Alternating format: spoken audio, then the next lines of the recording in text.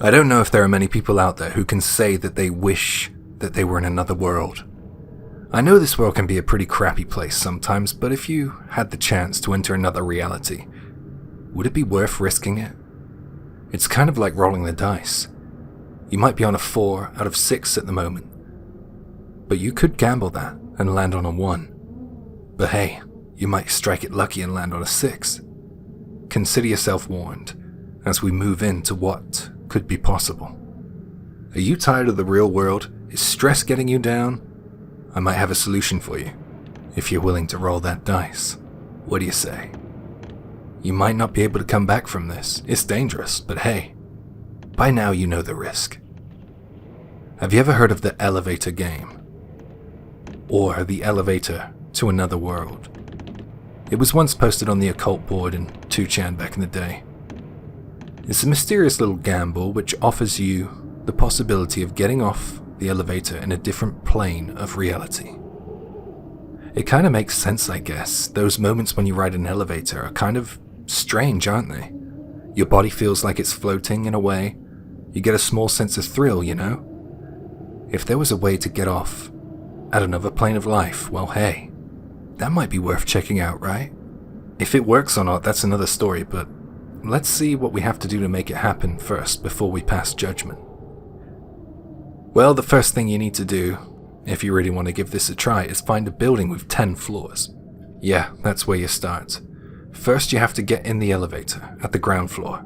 Oh, and you have to do this alone. There's an order to this. You have to do this right if you want it to work, and it goes like this. Go to the 4th floor, and then the 2nd floor. Next is the 6th floor. Back down to the 2nd floor, and finally the 10th floor. There is one small hitch though. If someone boards the elevator during this process, it effectively voids your trip. Put plainly, the game is off. No trip to another world for you. But what happens if everything goes to plan?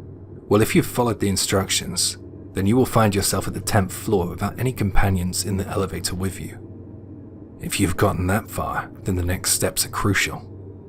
So from the 10th floor, you'll want to hit the button for the 5th floor next. It is at this point that your solo voyage will end. You'll be joined by a woman. Under no circumstances should you speak to her. The reason for this isn't exactly clear, but trust me, it's good advice. Now that you are joined by that mysterious woman, you should hit the button for the 1st floor.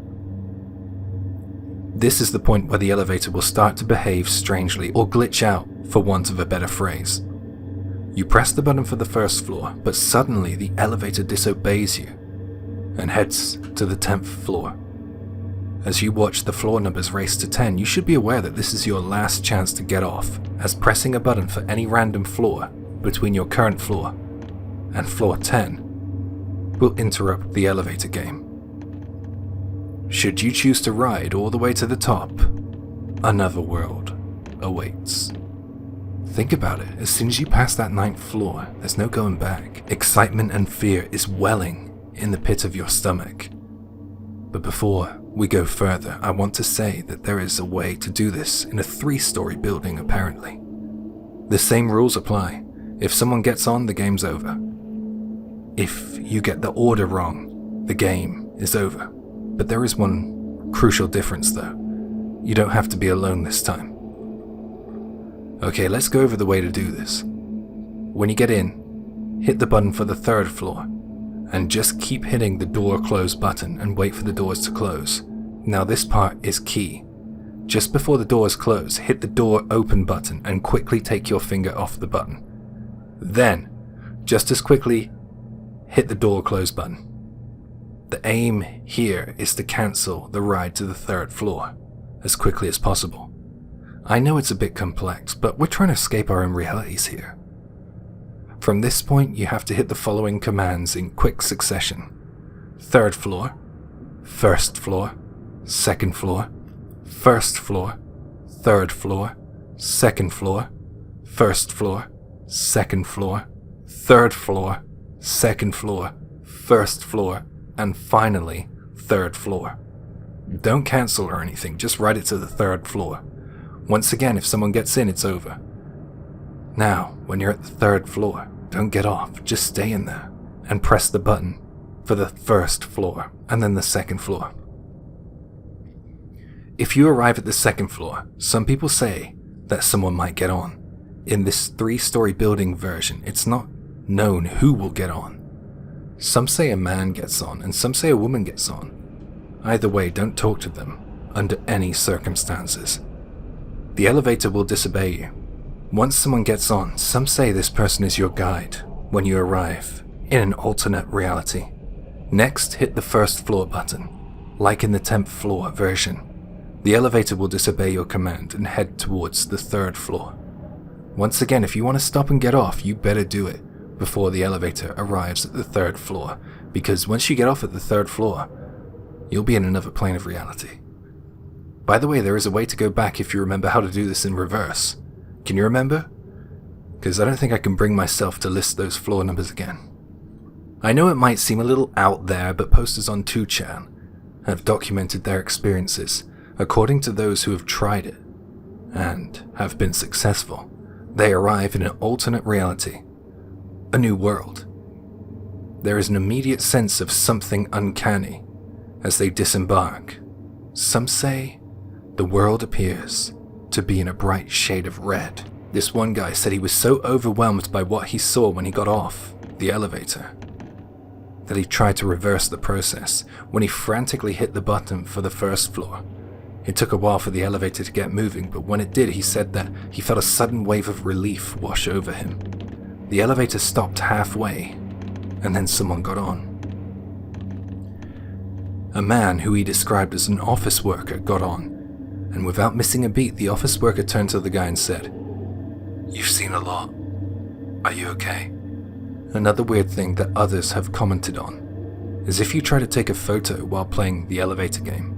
There's this kind of infamous post about it actually. Someone posted a photo and it's no longer available, further fueling the mystery behind playing the elevator game. The post no longer exists and I've looked for it.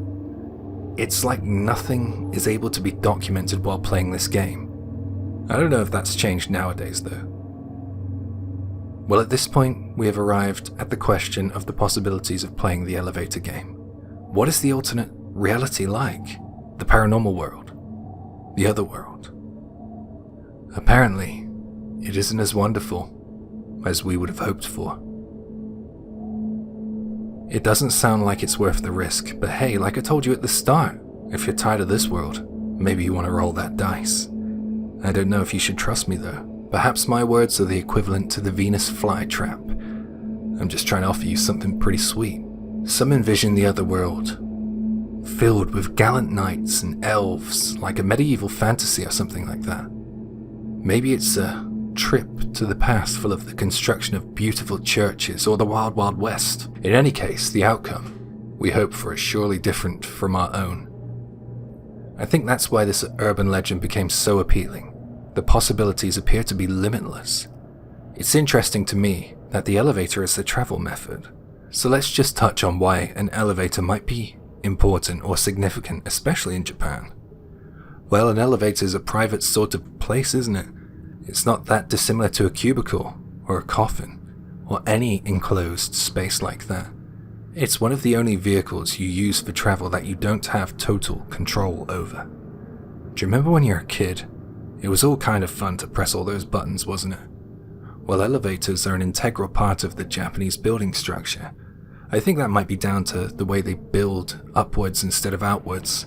The structural integrity of blocks of flats or apartments have been built on the foundations of earthquake prevention. It may seem like an oxymoron, but the taller buildings are, the safer they are in some cases. So growing up as a kid over there must be full of elevator rides at one point or another. Imagine how many elevators there are in Tokyo. My office has an elevator, and every time I ride it I feel, I don't know, a sense of excitement or thrill somehow. The fact that an earthquake could change everything for me, well, that feels like a risk, a little gamble even. The elevator game is complex and honestly very difficult to execute without someone entering the elevator. The elevator game sure is interesting, although I think it should be renamed as I wish I could go to another world game. It's complex and you might fail when you attempt and get disheartened. You might think to yourself, I must have hit the wrong button, but deep down there might be something inside that tells you it's possible. But do you want to? Do you want to get off in the red world, the medieval world, or another world? What if you can't come back? Sometimes when I ride an elevator and someone looks at me just as I get in, I sometimes think, I just interrupted their game, didn't I? Should I feel embarrassed or scared? I don't know. Is it real? I mean, come on, could it be real? Let's be honest here, let's be real. If we leave behind discussions of fantasies and you give the elevator game a try, you press all the right buttons in the right order and no one gets on, when you get off at the final stop, will you be in another world? Maybe. But hey, maybe it just looks the same as everyday life. The doors open and you just see yourself in the same building that you know quite well. It's just another day, right? But is it? Maybe it's different, and you just haven't seen how different it is yet. Damn it didn't work, you might think to yourself. You might even smirk and claim it's bullshit. But look carefully.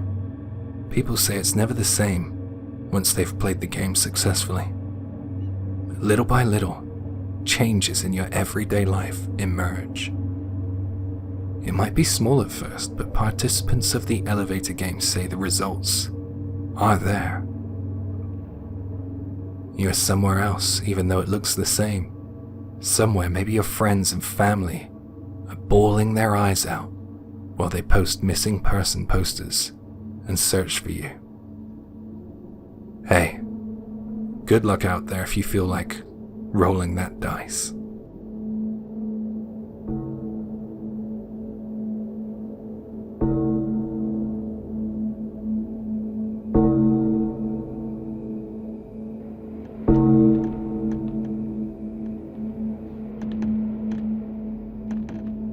This is a popular urban legend which can be found in many different formats. We will take a look at some variations in a little bit, but first I want to share the urban legend itself. This is just one supposed true account of an interaction with the Tomorrow's Victims broadcast.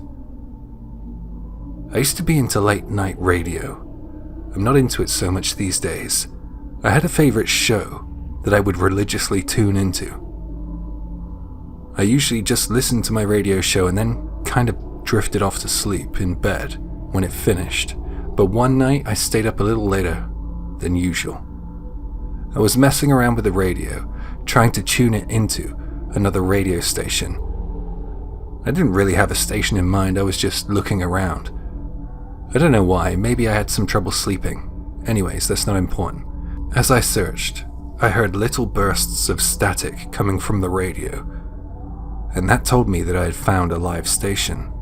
I fine-tuned until the static cleared and a voice came through. I wondered what kind of show I was going to listen to. It was strange and it didn't seem all that entertaining at first. It just seemed like it was a monotone voice reading a list of names. It just kept going and going. The name seemed unfamiliar to me, but there was a celebrity's name that I recognized. After a minute or so, the voice stopped and then it said, "These are tomorrow's victims." And with that, the radio fell silent. I lay in bed thinking about it. It was really strange. I eventually fell asleep. The following night, I tuned into my regular radio show, and during that show there was a news break. And the news stated that a celebrity had passed away, and that celebrity was the one I heard on that strange broadcast the night before. It was seriously weird. Could it be true? Did I find some kind of weird Grim Reaper-like list last night? I have tried and tried to find that station again and again, but every time I've failed. Tomorrow's Victim is a famous urban legend from Japan. In some versions, the radio is replaced by a TV. In the TV version, people say that they have seen names appear on the screen, on channels which should show nothing but static. Since digital media has replaced analog media, These static radio and TV channels are harder and harder to come by because these channels are no longer accessible. This urban legend has kind of been buried and forgotten. There have been reports of some internet videos that resemble tomorrow's victims, but not that many. Some say that it's a conspiracy theory, some kind of Illuminati influence. Some unseen shadowy organization supposedly decides whose names belong on the list of tomorrow's victims.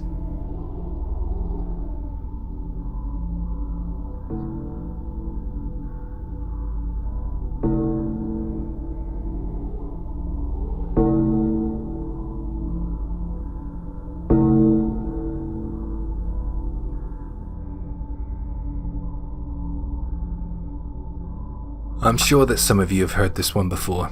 I sure have. But I've translated roughly 3,000 words in the hope that we will discover something new here. Timestamps will be in the description. If you feel like skipping this one, please go ahead. But I think by the end of it, you might have heard a fresh take on this classic, based on the information from the source language. Teke Teke is an urban legend that originates from Japan. It surfaced and spread by word of mouth from the 80s and into the 90s. Even to this day, you can still hear it referenced in popular culture and find videos here on YouTube about it. Teke Teke is an apparition, a spirit of a high school girl. The way this high school girl appears is without the lower half of her body. It is said that she lost the lower half of her body through a terrible accident. Since she doesn't have legs, it is said that she travels by crawling along the floor with her arms, hands, and elbows. Teke Teke is an onomatopoeic word that comes from the sound of walking on your hands and elbows. Teke Teke became so socially popular and relevant that it transcended from just being an urban legend. It has spawned further ghost stories, had mangas and movies dedicated to it, and Teke Teke is sometimes considered a yokai. So what does Teke Teke do? It visits schools and is said to chase students who gaze upon it at terrifying speeds. The gender of Teke Teke is predominantly described as female, but there are a few accounts of this legend where Teke Teke is male. Sometimes it is said to be able to travel through the air, but it is always said to be carrying scythes. As with many urban legends, there are several variations to the story. Sometimes Teke Teke is identified in other stories such as Kashima-san. The structure of telling the urban legend usually goes like this. The teller reveals the reason why Teke Teke became a vengeful spirit, and then ends the story by stating that Teke Teke will appear to anyone who has heard the urban legend within a certain time period, in an attempt at ramping up the fear of the story. So with that, let's tell the story. I'll act as the teller, and you can be the listener. Let's get started. The setting is a Japanese high school. A high school boy leaves school a little after his final class. The school is already almost empty. He turns back to see a really pretty high school girl through a ground floor window of a classroom. She is looking his way with her arms folded. He hadn't ever seen her before, and due to how pretty he thought she was, he was certain that he would have remembered her. He guessed that she must be new to the school, maybe some kind of transfer student. Their eyes met and the girl smiled at him. It was at this point he realized that something was very wrong. It looked as if she didn't have the lower half of her body. The moment he realized this, she leaped out of the window and came at him. It was so shocking that he felt as if he was frozen in place. The girl, with nothing below her torso, came rushing at him on her hands and elbows at tremendous speed. The speed and method she traveled with made an eerie sound. Teke, teke, teke, teke, teke. She came at him and cut him down with her weapons. She chose the scythe. Two, in fact. She rendered him in the same state that she was, dismembered. And within 3 days, she will come for anyone who hears this story. Even if you run, she'll still find you. And don't you dare believe you'll get away. She's much too fast for you. Beware when you hear the sound of Teke Teke Teke Teke. Some rumors state that if you say Teke Teke 3 times, then it will come for you. Can you imagine how much trouble I'm in now? So who is Teke Teke, and what happened to her? According to the most prominent rumor, the urban legend was born in Hokkaido. One winter's night, a tragic accident occurred at a railway crossing in Muroran. A high school girl was run down by a train. I've read that in different prefectures. Elements of this story differ. For example, in Aomori Prefecture, she was hit by a snowplow. Anyway, the high school girl's upper body was separated from her lower body by the speed and weight of the train, giving her the tragic appearance that she is known for. Police officers and forensic teams arrived after someone reported her death. It was thought that the poor girl died instantly, but she didn't. The police and the forensics teams had the unenviable task of collecting her scattered body parts. Her feet, her shins, her thighs, all of the lower body parts. When they approached the upper part of her body, they heard a faint voice call out, "Teke, tasukete," which means help in Japanese, help me, and also incorporates that Teke Teke onomatopoeia we spoke about earlier. They were shocked and thought that somehow she must have miraculously survived, even though she was surely dead. I mean, there was so much blood. Their surprise turned to pure horror when they saw the girl clawing herself along the ice-covered ground by her hands and elbows. It had been reported that she was dead. She couldn't possibly be alive. The impact was clearly fatal. I mean, there was almost no chance of survival. And if there was, the slimmest of chances. It was winter in Hokkaido. The freezing cold would have surely sped up her demise, but against all odds, she appeared to have survived. Tasukete. Tasukete. Her voice was getting weaker and weaker. Since there was no ambulance at the scene, the officers and the forensic team made a pact. They said that there was nothing they could do at this point, so they agreed to leave her. They covered her with a plastic sheet as she murmured for help and slowly succumbed to her injuries in the biting cold. It is said that her spirit still lingers the earth looking for her missing lower body parts, hate-filled and envious of those who have theirs. So if Teke Teke comes for you, how do you deal with her? So we know that within 3 days she's going to be after you, and I wouldn't be much help if I ended the video here. So let me share with you a method of how you can protect yourself. Contrary to her terrifying speed, and the fact that she is missing the lower half of her body, she apparently has a pretty cute face, and they say that makes her even more terrifying. So remember, if she comes for you, it's recommended that you chant back at her, "Go to hell," or "Go back to hell." Then you'll be able to run away from her. This only stalls her momentarily, so you better seize that opportunity to get the hell out. Teke Teke is also known by other names. Ghosts which appear without the lower half of their body in Japan have also been known to be called Toko Toko, Hijitake, or Hijiko-san in other stories. And she's also sometimes known as Kong Kong Kong, which is the onomatopoeic word for knocking, also Pata Pata, which is the descriptive word for the sound of elbows hitting against the ground. The Japanese really love their onomatopoeic words. Other visual descriptions state that when Teke Teke travels along the ground, her internal organs follow behind her, which makes her appearance all that more terrifying in my opinion. A similar urban legend, which originates from Hokkaido, is that of Satchan. Again, it takes place in Muroran, Hokkaido, and it goes something like this. Sachiko Kiritan, a 14-year-old high school student, was on her way home from school. She crossed the railway tracks at the crossing to get home like always, but this time it was different. Her foot got stuck between the tracks somehow, and she was unable to move. As she tried to free herself from the tracks, she heard the roar of the oncoming train. It was too late by then. The train hit her leg and ripped her lower half of her body from her upper half. She was exposed to a particularly freezing Hokkaido winter, so her blood vessels and organs constricted, temporarily stopping her bleeding. She writhed in excruciating pain for several minutes, crawling around for help before perishing alone in the dark and cold.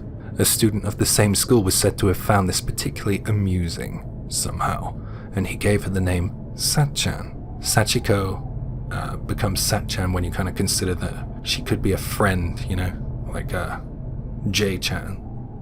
But don't call me that. So this kid spread the story around the school. He was found dead shortly after having suffered the same fate as Sachiko did. He died alone in his bedroom through blood loss, and to this day the lower half of his body has never been found. Others say that Teke Teke's true identity was Kashima Reiko. And that is a whole nother story for another collection. In most depictions, Teke Teke will carry a scythe to render the victim with the same fatal wounds as she suffered. She makes them endure the hell she had to by killing them in such a way that mimics her own disfigurement. In 2009, a movie was made which spawned a sequel which was released on the same day. So everyone, just be careful and cautious over the next 3 days, and listen out for anything that sounds like the oncoming rushing of hands or elbows along the floor.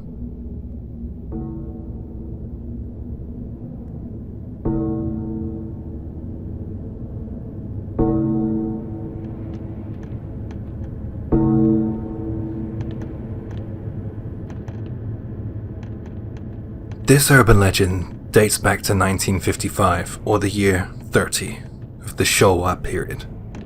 Have you ever seen this sign before? If you've ever been to Japan or watched any Japanese movies or TV shows, you might recognize it. Apparently there was an announcement that the government was going to create a new pedestrian crossing sign, and they decided to involve the public with this project.